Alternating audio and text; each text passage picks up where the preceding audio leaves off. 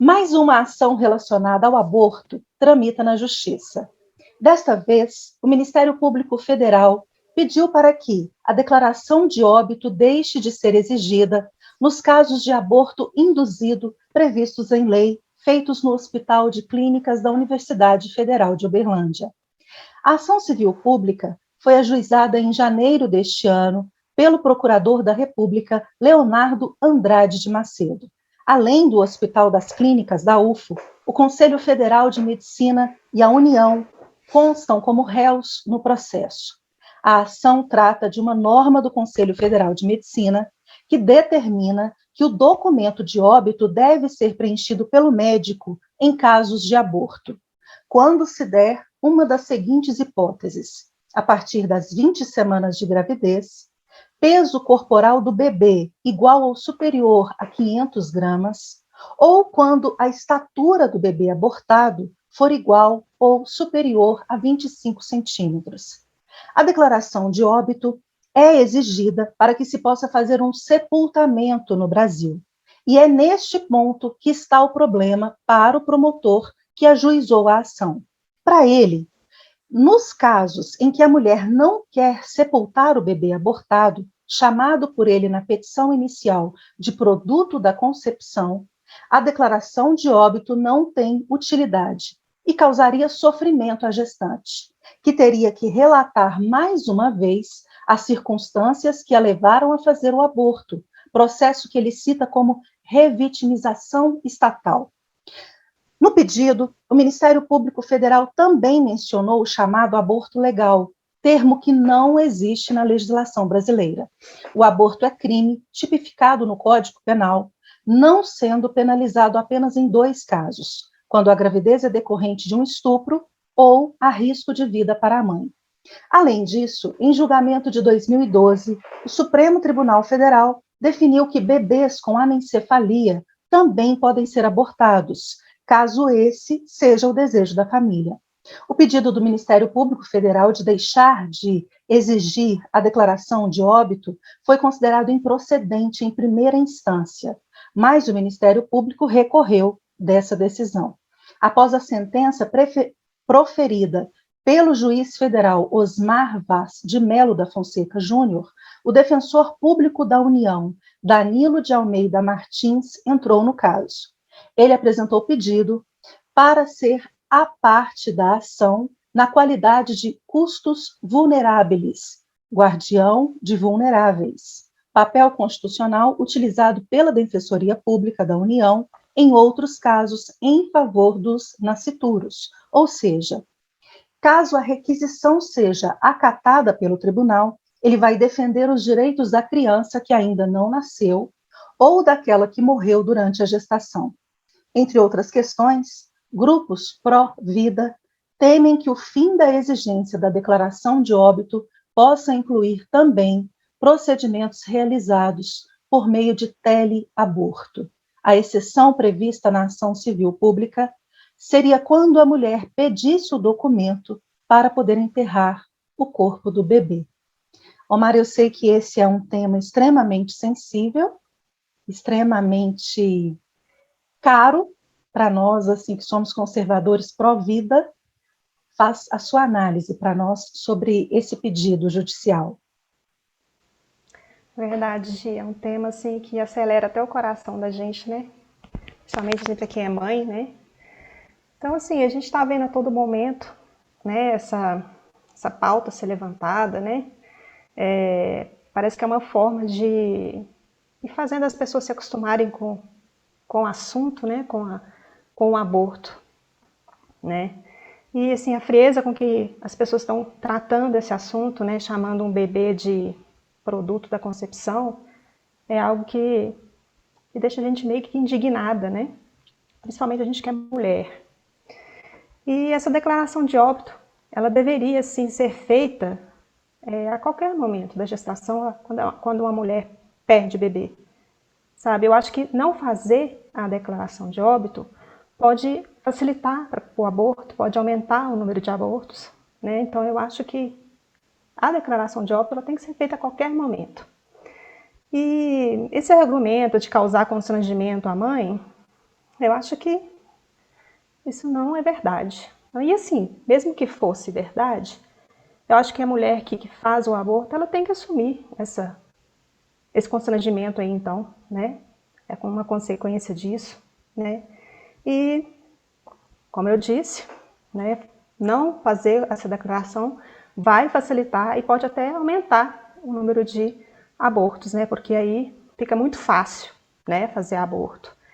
E durante a pandemia foi criado o teleaborto, né, para facilitar, por causa do vírus, né? E esse teleaborto foi criado uma cartilha pela UFO, né? E ensinando as mulheres como fazer um aborto em casa, né? Eu não sei se as mulheres foram devidamente instruídas, né, do risco que é fazer um aborto em casa. Então, assim, o risco de hemorragias, né, o risco de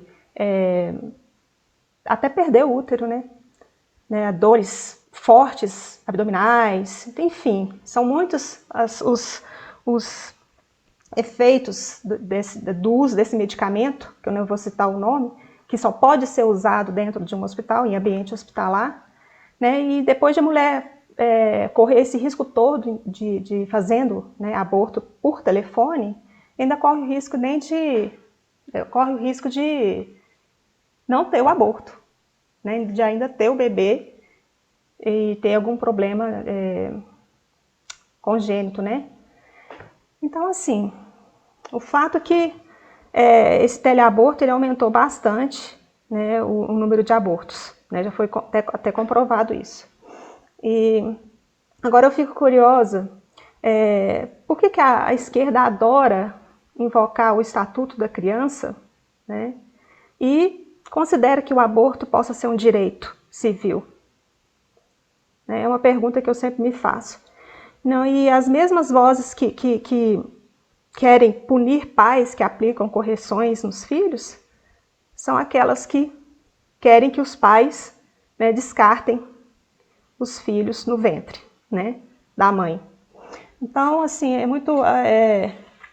a esquerda é muito contraditória, né, o tempo todo. Ficam tratando a criança no ventre como um objeto, né, que pode ser descartado a qualquer momento. É engraçado que eu vejo também deputados contra a caça de animais silvestres, né, mas a favor do aborto. Então, quer dizer, a vida de uma criança está valendo menos do que de um animal.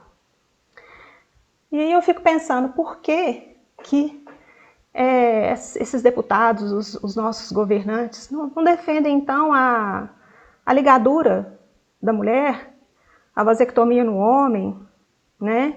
Para quem não quer, né, ter filhos, não, eu não quero ter filhos, nunca.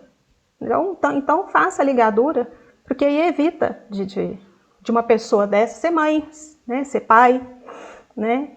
E porque hoje acho que a ligadura a mulher tem que ter 25 anos e 2 filhos, pelo menos, né? Senão os médicos não fazem uma ligadura na mulher.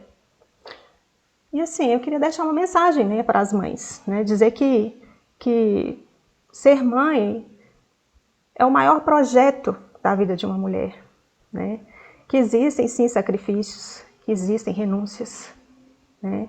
Dá trabalho, afinal, um grande projeto, que projeto que não dá trabalho, né? Mas é muito gratificante você ter uma família para voltar, né? Sempre.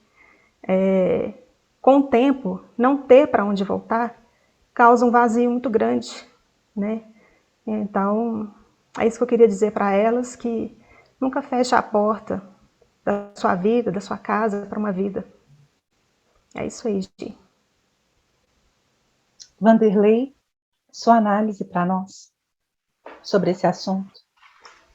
Então, Gi, o produto dessa concepção, que não foi abortado, né, que se tornou aí o procurador da República, Leonardo Andrade Macedo, né, que entrou nessa ação. Essa ação foi inicialmente, em primeira instância, como você bem disse aí, do Dr. Osmar Vaz de Mello, ele deu, por ele estaria encerrado o caso, porque fere diversas leis, né, no Brasil. Isso é importante para a adoção de políticas públicas de saúde, mas a desculpa é sempre que em defesa da mulher, né? A gente sabe, existem diversos estudos, e depois eu gostaria até que a Ellen, com mais propriedade até, falar com relação a isso, dos distúrbios psicológicos que causam, né, um aborto na vida, né, de uma mulher, né, levando a suicídios, né, não só os danos físicos, né, mas os danos psicológicos, né, isso é mais do que evidenciado em diversos estudos, né, não só no Brasil, como fora também. Mas o que acontece com essa ação? Ela será agora avaliada, vai estar nas mãos, né, do desembargador da sexta turma, são 3 desembargadores que compõem a sexta turma do TRF1, e eles decidirão. Ao que tudo parece, por conta, costuma esse pessoal dessas essas cortes julgadoras, não, tirando fora do STF, eles costumam dar uns pareceres bem interessantes pró-vida nessas situações, né? A gente vai ter que aguardar para ver, mas cabe recurso, mesmo que eles também julguem procedente a ação, mas ainda vai caber recurso, né, para o STJ e o STF. Serão os próximos passos. A gente tem que ficar atento com relação a isso, né, acompanhando, e talvez mandando e-mail lá, porque são 3 procuradores, né, dessa turma, mandando e-mail, nos manifestando, deixando a nossa manifestação contrária a essa lei. Como eu disse, é uma lei importante, esses dados, né, com relação... Pois não, Gi? Não é ação. É porque você está usando o termo lei, é uma ação. Não, tá. Então, essa ação civil pública foi colocada, né, porque ele fere diversas leis aí. Então, é importante porque a lei que vigora hoje, ou as leis que vigoram hoje, que determinam que tem que ser feito esse registro, né, elas são utilizadas para fins estatísticos também, para políticas públicas, como eu havia dito. O que ocorre é que os institutos abortistas, no caso aí a própria Anis, né, eles costumam lançar vários, eles fazem um maior jogo de números, né, que diz que a estatística, né, é a arte de torturar os números até que eles confessem, né, e eles usam muito esse artifício para falar que o número de abortos no Brasil, de vítimas de abortos, no caso, né, essas mulheres, né, não estou falando das crianças também, claro, que são vítimas, né, é muito maior, porque são casos subnotificados. Para você ter ideia, existem grupos, né, que fazem levantamentos baseados em relatórios internacionais e métodos de tabulação de dados baseado em outras realidades de outros países, trazem para o Brasil e querem mostrar que o número, por exemplo, de abortos realizados no Brasil é em torno de 1 milhão, né? Quando existem também outras pessoas sérias, pegando dados do IBGE, da própria, do Ministério da Saúde, né? Dados oficiais que falam que o número de abortos no Brasil é em torno de 100 a 150 mil, por exemplo, por ano, né, que é feito. É um número grande, mas se a gente tirar do universo de 1 milhão, né, que é essa narrativa sempre desses grupos pró-aborto, né, ficam divulgando, dizendo que a mulher é a parte frágil, né, dessa questão, sendo que eu acho que a parte mais frágil de todo esse processo quando se envolve aborto é a própria criança indefesa, né.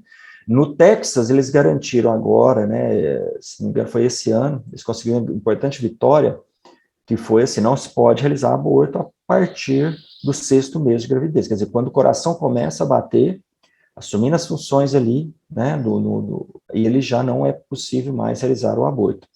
E é interessante essa lei, porque geralmente a mulher se dá conta que está grávida depois de cerca de 2 meses, às vezes passa, até tem a questão do atraso, né, da desregulação da menstruação, então às vezes ela atrasou, mas será que eu estou grávida? Então, quando ela vai fazer o exame, então já está com 9 meses, 10 meses, né?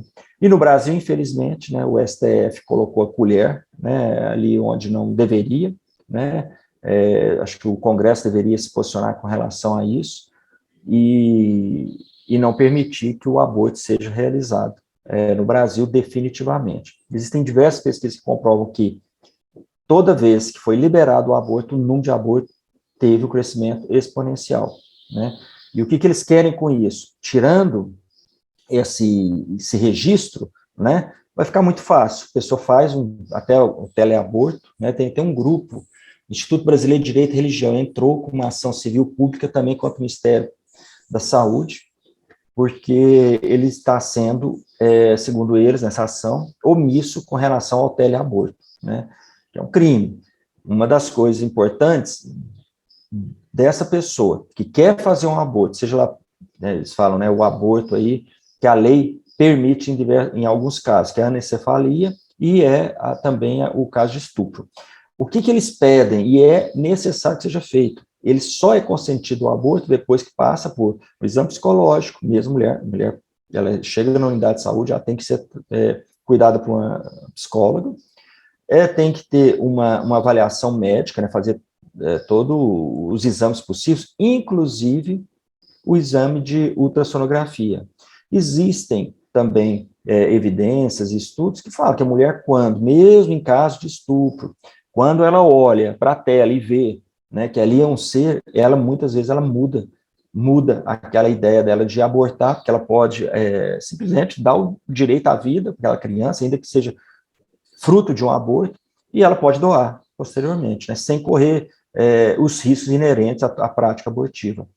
Então, o que eles querem, na realidade, com isso aqui, é mais um passo, é um avanço, tá, para deixar sempre esses números, né, com relação ao aborto, meio que escondido. Eles não querem que seja revelado o número. E isso é muito ruim, porque vai se tornando, como ele falou, produto de concepção, cada vez a vida humana, cada vez mais sem nenhum valor do ponto de vista desses grupos abortistas e desse pessoal, desses ativistas do judiciário. Aí, retirando, né, ali a humanização, a sensibilização, até nas palavras que eles usam, né? Ellen, sua análise para nós.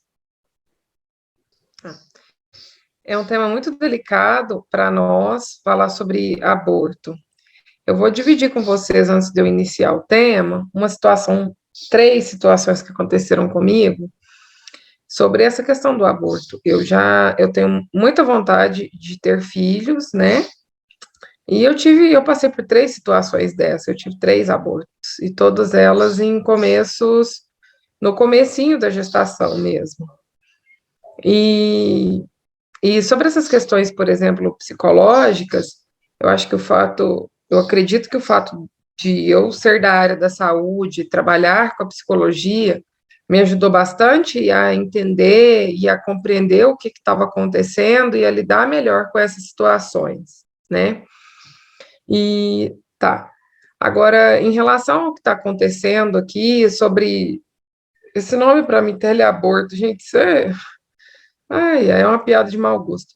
Mas, voltando ao foco aqui, tanto para mães, para mulheres que querem muito e não conseguem, ou por alguma razão natural, que foi no meu caso, das 3 vezes, passar por essa situação, assim como pessoas que não querem ter filhos e por algum motivo acabam engravidando, a gente tem que ter bastante ciência do que está acontecendo ali. Não sou mais uma pessoa, né? Não é somente eu, né? Eu, enquanto pessoa, tem uma outra pessoa ali que tem uma outra vida sendo gerada dentro de você. E você tomar decisões por você e por outra pessoa, isso é muito sério, né? Isso é muito. Você tá decidindo a vida de uma outra pessoa, né? Bem como o Vanderlei disse sobre o Instituto Anis, ele lançou essa cartilha ensinando mulheres a realizarem em casa um aborto não penalizado, como nos casos de estupro, anencefalia do bebê e risco de morte para a mulher durante a pandemia, onde que criou o termo teleaborto. Esse termo, ele veio contra as diretrizes do Ministério da Saúde, veio contra as diretrizes da Anvisa, porque ele fere uma série de leis. E aí você vê o que eles estão criando com isso. Eles estão criando, acho que, jurisprudência para poder falar, para poder irem aos poucos criando formas de trazer isso de uma maneira um pouco mais natural. Quando você vê, tá instalado ali no meio e não teve toda aquela comoção e não teve toda aquela coisa meio que como se fosse enfiado goela abaixo, entende? A impressão que eu tenho é essa. E saber que isso tem partido de alguns órgãos do nosso jurídico que, teoricamente, eles deveriam defender a nossa Constituição, teoricamente, eles deveriam defender as leis que estão vigentes nesse país, e eles estão simplesmente fazendo o que eles querem, do jeito que eles querem, é meio absurdo isso, né? E daí uma pessoa que é mais desinformada, uma pessoa que não procura saber sobre essas informações, está sendo engolido ali pelo sistema, está sendo engolido por essas pautas, e aí quando você vê, você está ali no meio disso. Então, é complicado você definir a vida de uma outra pessoa. Em relação a essa situação de certidão de óbito, eu vou dizer pela experiência que eu tive. Eu não acredito que seja uma medida. Se a mãe faz questão, dependendo da situação, da certidão de óbito, ok. Mas veja bem, vamos, por exemplo, no meu caso. No meu caso, todas as minhas gestações elas foram interrompidas antes da 8ª semana. Eu não fiz certidão de óbito para nenhuma delas, porque não havia necessidade. Eu fui no hospital, fiz o procedimento que tinha para fazer e pronto, encerrou o que tinha para encerrar, porque eu não fui a causadora disso. Eu não fui lá e tomei algum remédio abortivo, não fiz nada disso, entendeu? Então, o meu caso foi uma situação natural. Eu acredito que seja bastante dispendioso e burocrático essa questão da certidão de óbito. Então, eu não sei qual eu não entendi bem essa questão dessa natureza da certidão de óbito. Para mim, isso não faz sentido algum em relação a essa questão do aborto. Mas, em relação a essa questão de você tentar trazer de uma maneira legalizada, ou tentar ir aos poucos, criando jurisprudências para legalizar essa questão do aborto, isso para mim é grave. A certidão de óbito, para esses casos, ela para mim é só um papel. Mas o que não é só um papel, o que tem uma representação muito séria, e o que a gente precisa realmente ficar de olho, o que a gente precisa realmente ficar atento, são essas pequenas ações que a gente vê. Criando cartilha de cá, ensinar as pessoas de cá, tentando burlar o que está dizendo a Anvisa, o que está dizendo os órgãos que são responsáveis por esse tipo de situação, entendeu? Então, isso para mim é grave. Isso para mim que a gente precisa ficar realmente atento a essas situações. Para quê? Para que quando a gente não se dê conta do que de fato está acontecendo, a gente já esteja no meio do olho do furacão ali, né? Achando que está tudo bem, que está tudo uma beleza. Esse é o meu ponto de vista em relação a essa situação. Então, sempre trazendo um pouquinho mais, avançando um passo a mais, avançando um passo a mais, até que a sociedade não se dê conta de que a coisa já está instalada num grau de uma forma que é impossível reverter. É mais ou menos isso. Exatamente. E assim, o teleaborto, ele passa não só por cima das recomendações do Ministério da Saúde, da Anvisa, da bula de medicamento, mas também do Código Civil, da lei, né, da própria telemedicina durante a pandemia, das evidências científicas no campo da obstetrícia e da psicologia. Você simplesmente tratar isso como uma prática que é como eu fazer um curativo no machucadinho, isso é grave, gente, isso é muito sério, você está colocando em risco não só a saúde da mulher, mas a saúde de uma criança, que é a principal vítima dessa história toda. tá? Sempre eu fico me perguntando, mas é meu corpo, as minhas regras. Mas aí é que tá. Você é o seu corpo, as suas regras, e dentro de você já tem um outro corpo, e não é mais só suas regras. Aí a gente já tem que ampliar um pouco isso daí, né? E você vê Ministério Público, você vê esse juiz ajuizando essa ação aí, tentando legalizar uma coisa que é bizarro, como o próprio Vanderlei disse, o produto da concepção que está aí hoje fazendo essa coisa bizarra, né? Que tá tentando falar assim, olha, gente, isso aqui é natural, viu? Abortar é natural, tá tudo bem, pode fazer. Não é. Então, o que falta para nós hoje, inclusive uma coisa que esse juiz, em conjunto com outros juízes, o próprio Ministério Público, é criar ações, é criar políticas públicas. Lá, Ellen, mas isso não é da competência deles, não é da competência deles, mas eles têm um órgão forte o suficiente para fazer uma política pública e recebe muita verba para isso, para fazer política pública no sentido de instruir essas pessoas a falar, olha, gente, vocês não querem engravidar? Então usa camisinha. O governo, ele não dá camisinha para todo mundo? Você não vai no postinho de saúde, você usa camisinha? Ou então você toma anticoncepcional, coloca DIU. Tem vários métodos contraceptivos que são eficientes e que dão menos trabalho do que você engravidar e tirar, e às vezes até de colocar sua própria vida em risco, que é a vida de uma criança que não tem absolutamente nada a ver com a sua irresponsabilidade. Perfeito. Alguém quer acrescentar mais alguma coisa nesse assunto ou a gente pode seguir em frente? Podemos seguir, Omara?